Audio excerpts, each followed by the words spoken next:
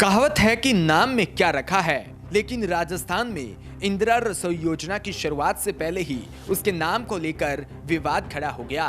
BJP ने राज्य की कांग्रेस सरकार पर अन्नपूर्णा रसोई का नाम बदलकर उसे इंदिरा रसोई करने का आरोप लगाया है। वहीं कांग्रेस ने पलटवार करते हुए कहा कि बीजेपी के पास गिनाने के लिए कुछ नहीं, बस पक्ष विपक्ष के बीच सियासी वार प्रत्यारोपों में यह जानना जरूरी है कि आखिर दोनों योजनाओं में फर्क क्या है।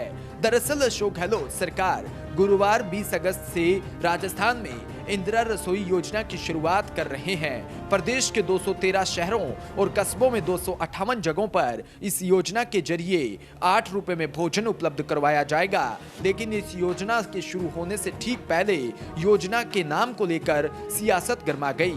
बीजेपी के विधायक अशोक लाहोटी ने आरोप लगाया कि अन्नपूर्णा रसोई योजना की शुरुआत पूर्व की बीजेपी सरकार ने की थी, जिसका गहलोत सरकार ने अब नाम बदलकर इंदिरा रसोई रख दिया है।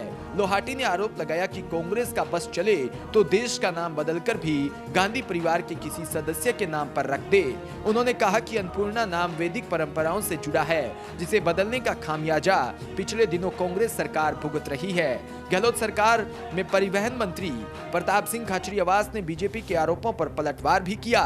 उन्होंने कहा कि बीजेपी के पास गिनाने के लिए कुछ नहीं, जन कल्याणकारी योजनाएं कांग्रेस लेकर आई है, न कि बीजेपी। उन्होंने यह भी कहा कि नाम बदलने की राजनीति बीजेपी करती है। राजीव सेवा केंद्रों का नाम अटल सेवा केंद्र करने का काम बीजेपी ने किया था।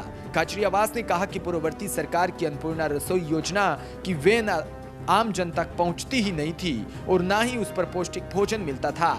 इंदिरा रसोई योजना में 8 रुपए में भोजन की थाली मिलेगी। इसमें 100 ग्राम दाल, 100 ग्राम सब्जी व 250 ग्राम चपाती और अचार प्रति थाली होगा। इसके तहत सुबह 8:30 बजे से दोपहर 1 बजे तक और शाम 5 से रात 8 बजे तक आम लोगों को खाना मिल सकेगा।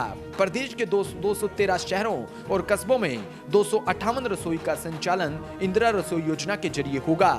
साथ ही भोजन करने के इच्छुक व्यक्ति बैठकर निश्चित स्थान पर भोजन कर सकेंगे।